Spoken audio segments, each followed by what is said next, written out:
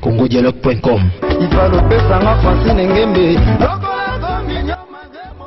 congodialogue.com. Un grand merci à l'internet, tout beau branché à Kolanda, émission qui est émission les plus suivies partout dans le monde. Dites-le toujours Congo Dialogue, ça va toujours na Bokassia, Maman Francine Ngembe, des sites qui vivre toujours.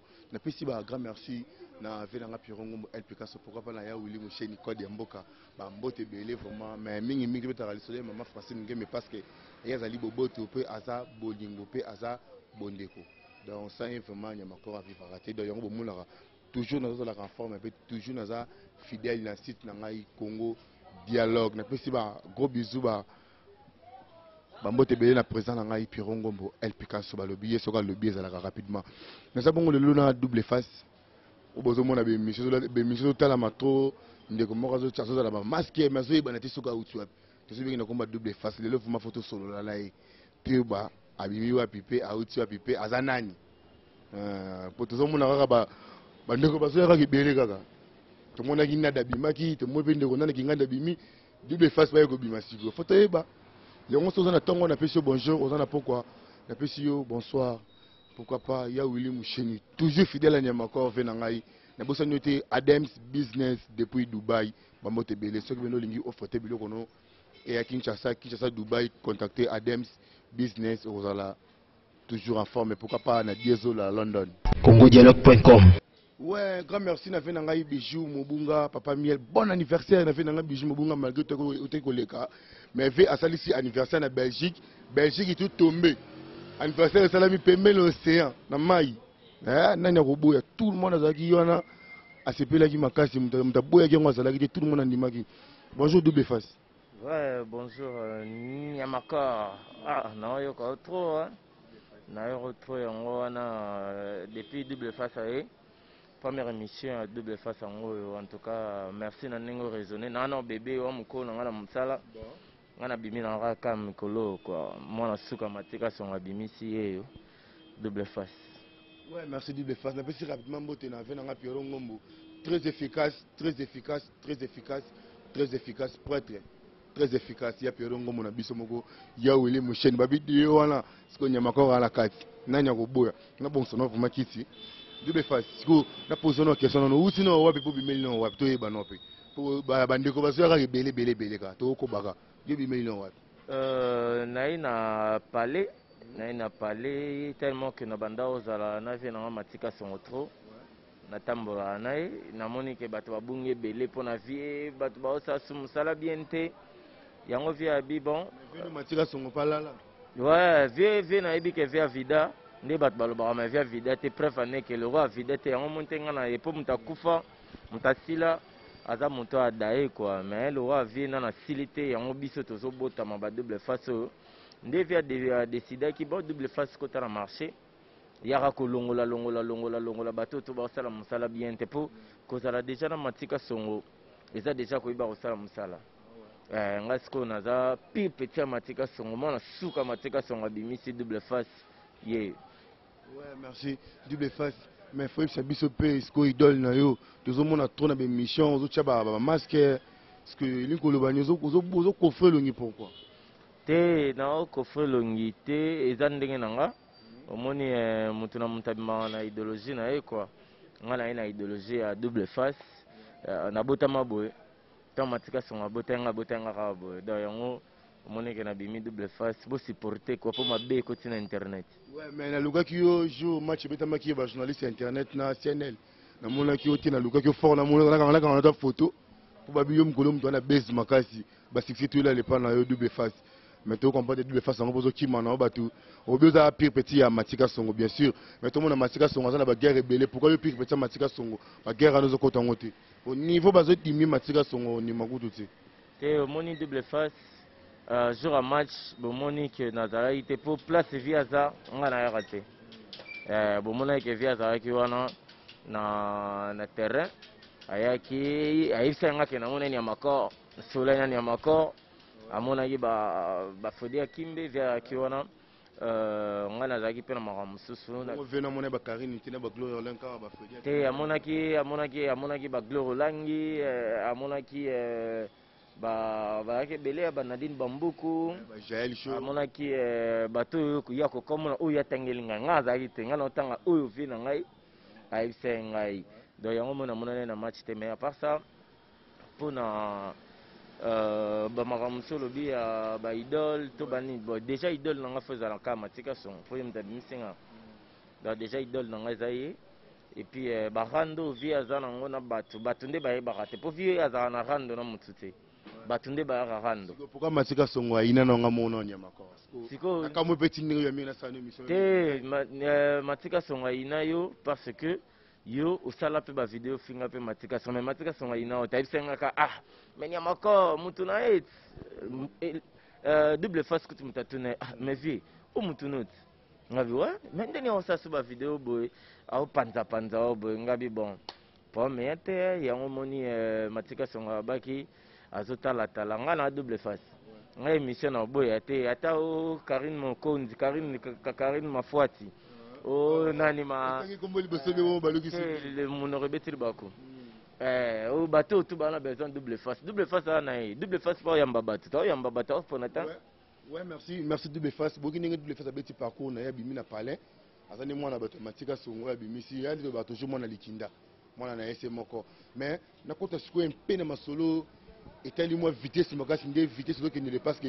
matika songo aza pe na ba conflit ebele ndeti yazo kima kona yamba ina émission nanga na préféré na zonanga double face na sur double face masolo etali matika songo pe ndambu na kati po esala bien parce que ye ada pire soda na ye eto ba toujours pire petit na ye double face tuyoka basango matika songo premièrement ye mtasala ki akimbi alongwa na club wa matika songo songi côté peut songa matika songa salaki matika songa salaki mais pourquoi yo kaka mati ndeko na yo matika songa salaka na ba conflit ba ndeko na ba chroniqueur pourquoi non matika songo nde basala ya longwa na club wa po basongi songi ba fodi akimbe ba wela ki poste ki cordon bazo wela ba poste ba trikele matika songo je alongwa matika songo peut tellement za rappeler wana selo matika songo na expliquanga tellement pe ka za la play alongwa na ya tikela bango le ba suki ya pas longwet asali soki borni nanga sali na yambaki pe na mission c'est quand même baboma moto akimbi na matika songo baboma moto te baba pie masa boma na bango moto batikala pe obebana te bazalaki ka toujours et puis matika songo bala il faut dire kimbe pa bala matika songo bala c'était là la merveille maman na biso na peso mbote place oza et puis akimbe pe abala nani kovo feve kanka donc premier ezalaka malu na pesi malu mbote donc premier ezalaka nango te matika songo aza rancunier te j'espère koyebi ouais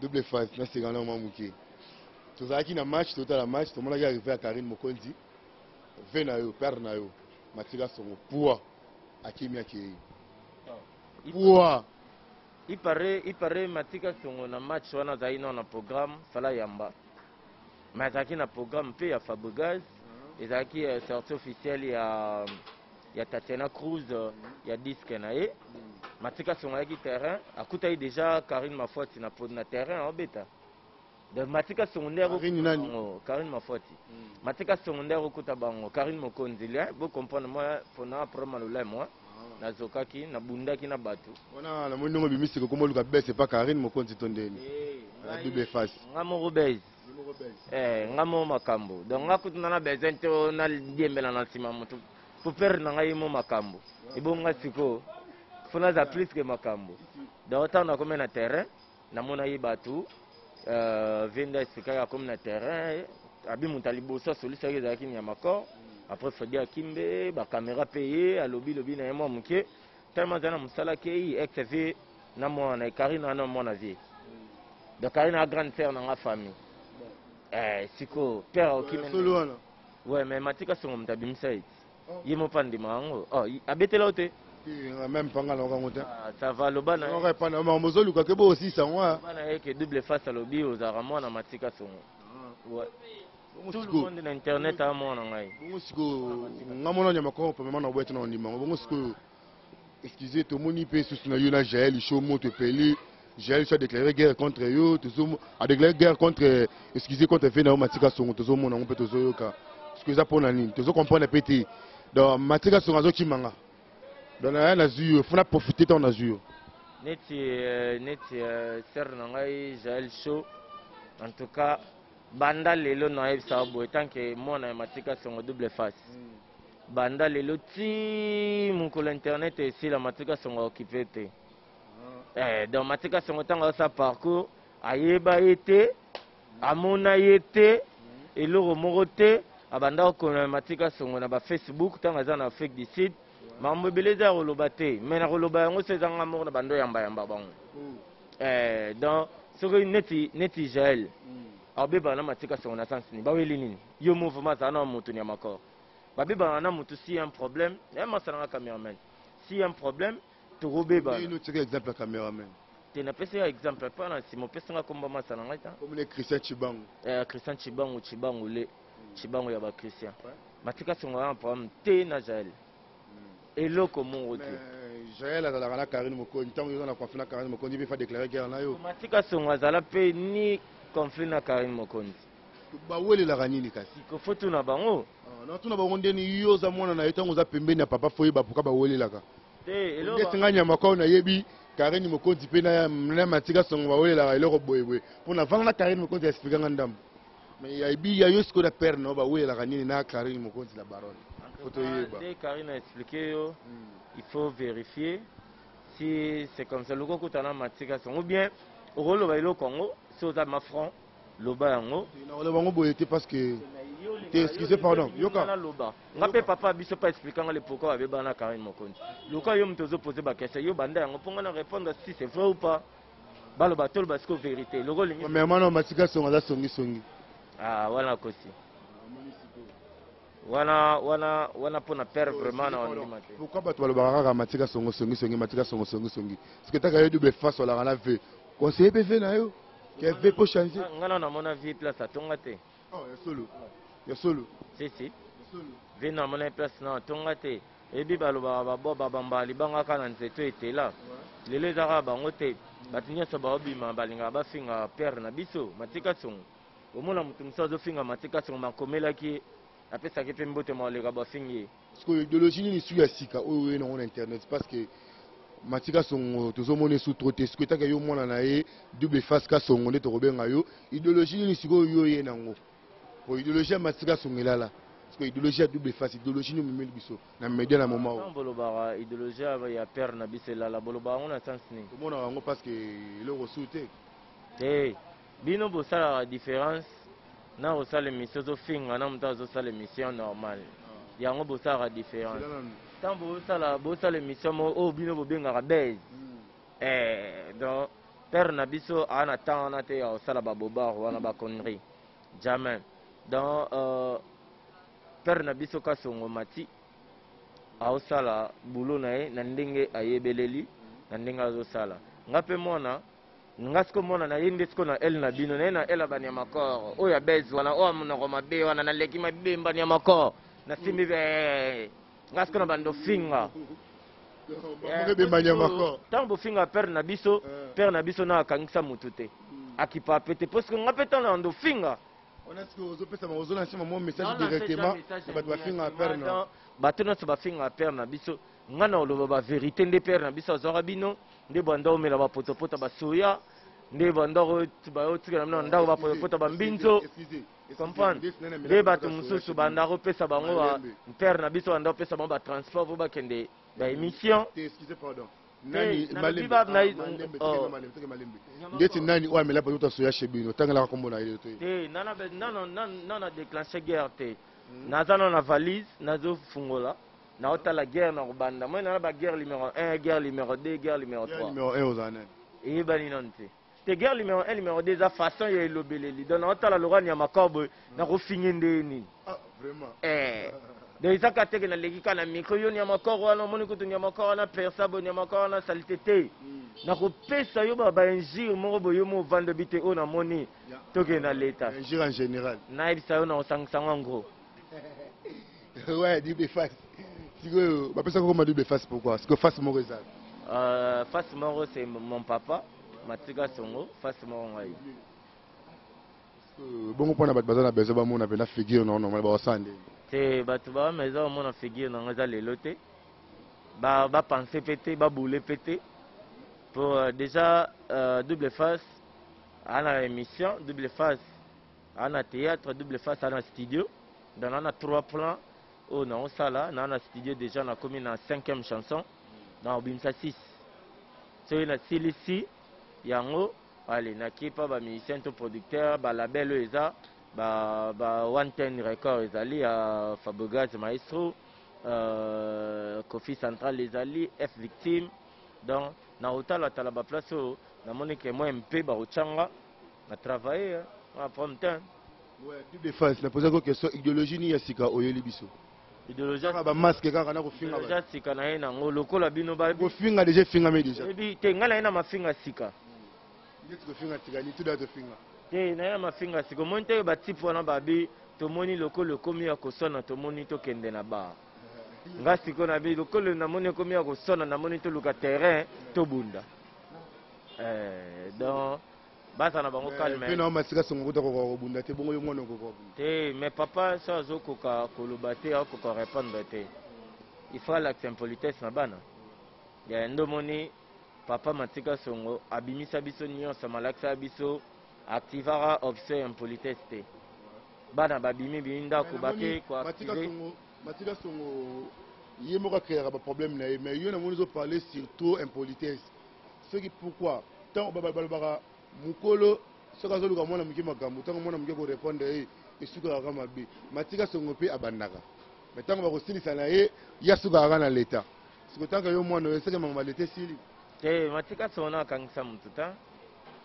Pose Matika Songo nga kangisa mutu mutalibusa nga bando kangisa Karine Mokonzi. Mutami bale Pamela Shekola. Esili na apa na basi bango wana. Matika Songo pe Gire vraiment aux hommes na yango. Mais akipa na etabeta onkara. Matika Songo pe atindela nyama kwa ba message pe na ko kangisa na ko porter plainte. Songo atindaki message wana na ndenge ya mabete. Atuna ekara noko nyama kwa na oki boye nyama kwa cheki teti. Et puis ça bon, na ba vidéo na yo awa na olaksa yo na porter plainte. Mais tant que humain déjà balobi na biso ba congolais muto soka memi yo déjà na l'état c'est kalingi yo te. Donc monika idée ya okende ka to samba na lingi yo te. O na fini na parquet mo en tout cas wana otika l'ennemi géré nanga. Donc pourquoi ko ça mninga pas ces za na ngolo retour sala poto ko tsara kwanga to ko tsara lipa ndenge ezala. Mais ezala ce qu'on a modération moko ya bien. Ouais, na pesi ba gros bisous na elengezanga lipa sa bo séjour à Kinshasa penda depuis Londres moi na moi si à Pembe pourquoi pas na Pineli Biach Bébégou depuis Lyon toujours la bana Lyon Olympique Lyonnais ba gros bisous na bino na pesi sous ba gros bisous na moi si c'est maka hein la racha poto ba bi charmante ba diamant ba gros bisous na yo pourquoi pas sous na meta JM agence c'est moko ya service traiteur soko lingo ça fait na yo organiser manifestation na yo contacter elengi ezanga li passe toujours normal tokos pourquoi pas na Adams business depuis Dubaï ouais nazongi sous na double face relaxation na yo na ba musicien ouais na pesa mambo tena Aimé Bido sur autoroute manager ya papa na ngai Matika Songo na pesi picho pacha sotali konko na Norvège Diki Bambori Patient Lukombo Jonathan Lema na pesi bato tout balingaka père na biso ponga na monde sika na zana na bata mabanga te na bwa mabanga père na biso so yo penga ta mibale pesa nga bien go biso na Adel Diogo baku danser baku différent toujours fidèle à Nyamakor Adel Diogo baku danser moi si moko ya marron ouais Pineli bébé go baku biso na depuis Lyon ouais Pineli bébé go ba gros bisous pina ke maman Stella pe motema Matika Songo ba gros bisous ouais double face ouais tozongi suna siko nazongi le sous na moni pe na masque siko masque no zo bank sa batu to sala batu ni c'est le boule non te bank sa batu te bank sa te mais ouais ebi kana problème ndazo banga pour ngandi makambo ngandi makambo Donc, on a tout une question sur une relation avec les musiciens. Ngande makambu. Ngande problème, ngande kindoki, mboko basoso bantaba bamboa, bameme. Disque héritier Watanabe, na ya Fabregas, nini ezbeti. En tout cas, tant que double face, moi na ya papa za Lyon, moi na Lyon za nani? Lyon. En tout cas, matika songolo la zalara mutabatutu, mais beaucoup différencié pour Fabregas nde makambu. Fabregas nde makambu. Et puis mutapesa père na biso idéologie à double face. Yafa. La parlé vraiment père papa ina masana et on peut se stratégie. Album ya wata retirada na yeritina na ya Fabregas. Nini beti bana tu ya Congo ba sepela ngo monde ati ba yoki yango. Pas au tu na pas Gabi avec ça que ça Fabregas. Eza Fabregas. Fabregas ne makambu. Yene masolo. Pourquoi tout le monde a bandeko tu ya presse ba komi kana ba musicien ba attaché de presse. Moi te ke côté mo be presse on peut comme on peut ko be banango. Bo mutu to komi ya mutu ya buti, mutu to komi mutu ya boy. Siko nyama ka ala mutu ya mutu te. Siko to moni pe olandi papa no ça c'est pas Fabregas. Siko ce qui cop mo e wata sepel na olo salani. Différence papa na biso na lobango be papa na biso azalara camarade ya Fabregas, azaka attaché de presse à Fabregas, c'est son ami. Papa na biso attaché de presse à brigade. Oh ils a reconnu brigade Sarbati na poto na pesombo te Magi Soko. Aza ya ba Didier Lacoste, aza ba tebele. Donc ngai pour répondre à la question non ya ba journaliste ba comme attaché de presse ya ba musicien. Il y a la différence entre attaché de presse na bureau ya musicien. Ba journaliste sur internet ba comme ba bureau ya ba musicien au lieu ba comme ba attaché de presse. Net Freddy Akimbe bureau ya musicien wata. Adam Suluzolo bureau ya musicien wata. Juvenal wana matama minene wana bo Juvenal wana bureau bureau ya wata. Donc si on reconnaître mon ndambu attaché de presse à ça mon ndambu mais n'endenge pas bien te ndekono oyo tanga koma mosian Karine Mokonzi la baronne tanga bata kombo na isa o Rafine Tumba la vraie la baronne Rafine Tumba ba Rafine la baronne la vraie la baronne Rafine Tumba kolo kombo zakane ate Rafine na Karine mais ngana bi Karine Rafine Tumba Karine Mokonzi Rafine Tumba Karine Mokonzi Rafine et Karine Mokonzi non excusez-moi Karine Mokonzi la baronne Rafine Tumba la baronne Karine Mokonzi la baronne Rafine Tumba la baronne yo ndima na fanga ndima yo Karine Mokonzi la baronne Rafine et yo ndima na fanga ndima yo s'il te plaît yo ndima nanu avant na ndima ya yo Karine Mokonzi la baronne Rafine Tumba la baronne. Pourquoi on a polémique entre Karine Mokonzi? Pour Karine Mokonzi a Rafine Tumba. Pourquoi on a polémique entre moi et Balé? Pour ya boula gaïté. So Rafine da boula gaïté. A boula gaïté? Combo ala mon tapé ça en maeso. Fabregas c'est à botoli combo na. A fait mon musus. La baronne. Mais celui de d'autant m'a rebellé. C'est là. Karine Mokonzi la baronne. Na ninga idéologie na Fabregas. A son Fabregas fort. Na m'a rebellé. Oh, il y a le barango qui est encore. Ngana zalaki, zalaki le rôle de demi-producteur ya Fabregas. Nazola ta Fabregas ba chante, nazola ba clip na mbongo nanga. Oh, j'ai bien ngoti. Oh, mais c'est elle qui a parlé ça. On le va sauter pourquoi? Bongo double face ozali mona likinde matika songo, ya bimine kana parler matika songo ne lobaki ne bandeli. Ba bike bana poto bokotu na nyama ko azoli biso so nani? Ka chero to nani wazio. J'ai bien double face. Frère ya matika songo. Ouais, relation ni UOP double face aux anango na bandeko ba musicien rapidement ka tozana mukuse te double face à bandisika azana na relation te mais azaka na ba contact na téléphone na e a robenga ba musicien a robenga ba chroniqueur a robenga ba journaliste en tout cas double face à yamba mutu nyonso soki bomoni mutu aleki ne pas double face te c'est kazo ki mande double face na émission zo banga pour double face au yamba mutu nyonso na ibso. Ouais, merci. Sauf ka au yamba moi 2 ou 3 personnes te mais nyonso atika le yamba bon. Merci double face. Association ba journaliste tout bima bientôt là bazo ko organiser ba match bazo linga idéologie Kembe Kuba. Et ta gagné double face. Réaction na ozane. Double face aza a Jimelko na yoka kiango. le temps que papa Azakuna a déjà administrateur Azakuna, Aza relations publiques. En tout cas, Eza idée bien, on sera là, on va bosser. Tocha Makambu, pour qu'il y ait des liboso, Makambu. On va faire un effort. Il y a ko tumbo lango quoi, ko c'est pour monnaie pour tout maïtang. Ouais, merci. Merci. Napesi ba gros bisous nanga na mère ya solo, ba gros danser, ba gros différent. Talara nizalaka Adel Djogo, ba gros bisous.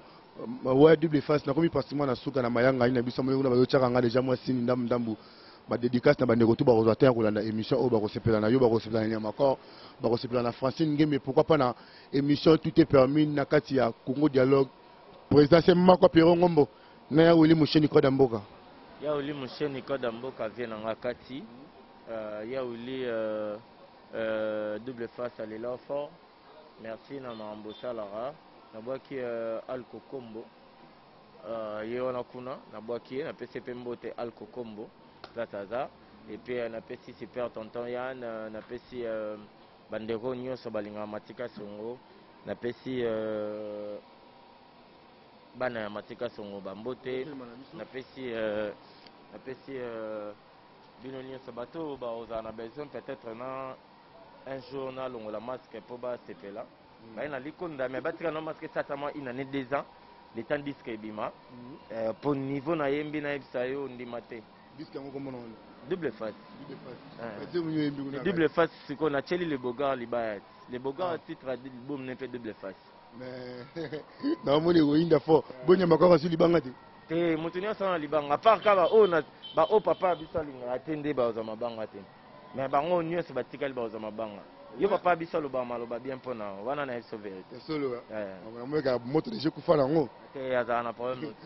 Ouais, grand merci. Pourquoi pas Bambote na matika songo partout azali na bi ke era rosa mamsuna boulot parce que si tes autres fonctionnaient déjà kitoko. Pourquoi pas na pesi rapidement na bandeko tout bazora terre ko na nyamako.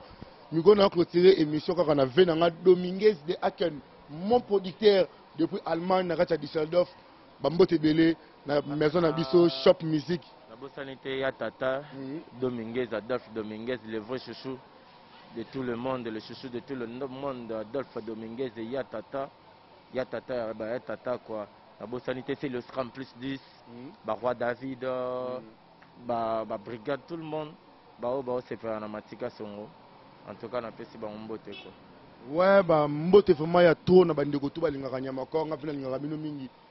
Sans oublier maître Waza, le suprême ba jidoka nyonso depuis Belgique na bossa nyote venanga lisusu van kala la babi Wad Love.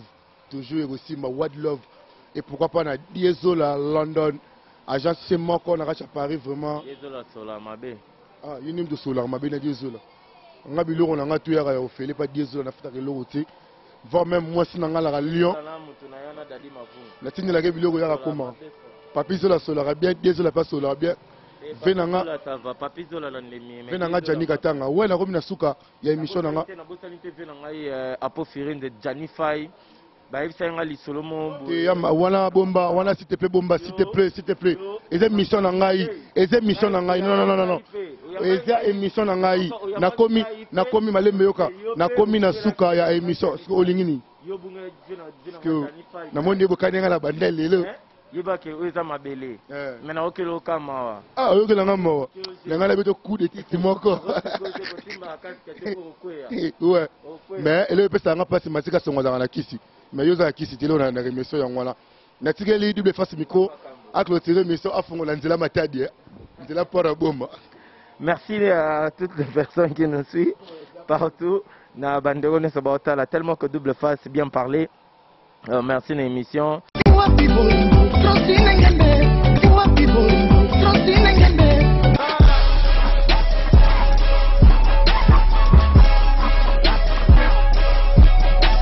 CongoDialogue.com CongoDialogue.com